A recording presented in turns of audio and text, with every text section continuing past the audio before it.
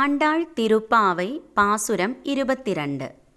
அங்கண்மாஞாலத்து அரசர் அபிமான பங்கமாய் வந்து நின் பள்ளிக்கட்டிற்கீழே சங்கமிருப்பார் போல் வந்து தலை பெய்தோம் கிங்கிணி வாய் செய்த தாமரை பூ போலே செங்கண் சிறுச்சிறிதே எம்மேல் விழியாவோ திங்களும் ஆதித்தியனும் எழுந்தார் போல் அங்கண் இரண்டும் கொன்று எங்கள் மேல் நோக்குதியேல் எங்கள் மேல் சாപം ഇഴിന്തീലോരെമ്പാവായ്. മംഗളസ്വരൂപിണിയായ നപ്പിന്നയുടെ തിരുമുഖത്തു നോക്കിക്കൊണ്ട് ഉണരാനുള്ള അവസരം ഞങ്ങൾ നഷ്ടപ്പെടുത്തിയതിനാൽ ഞങ്ങളോട് കോപമുണ്ടാകരുതേ എന്നു കരുതിയാണ് കന്യകമാർ തങ്ങളുടെ നേർക്ക് തൃക്കൺ മിഴിച്ച് തങ്ങളിലുള്ള ശാപങ്ങളെല്ലാം ഭഗവാന്റെ കൃപാപൂർണമായ കടാക്ഷം കൊണ്ടു നശിപ്പിക്കാൻ ആവശ്യപ്പെടുന്നത്.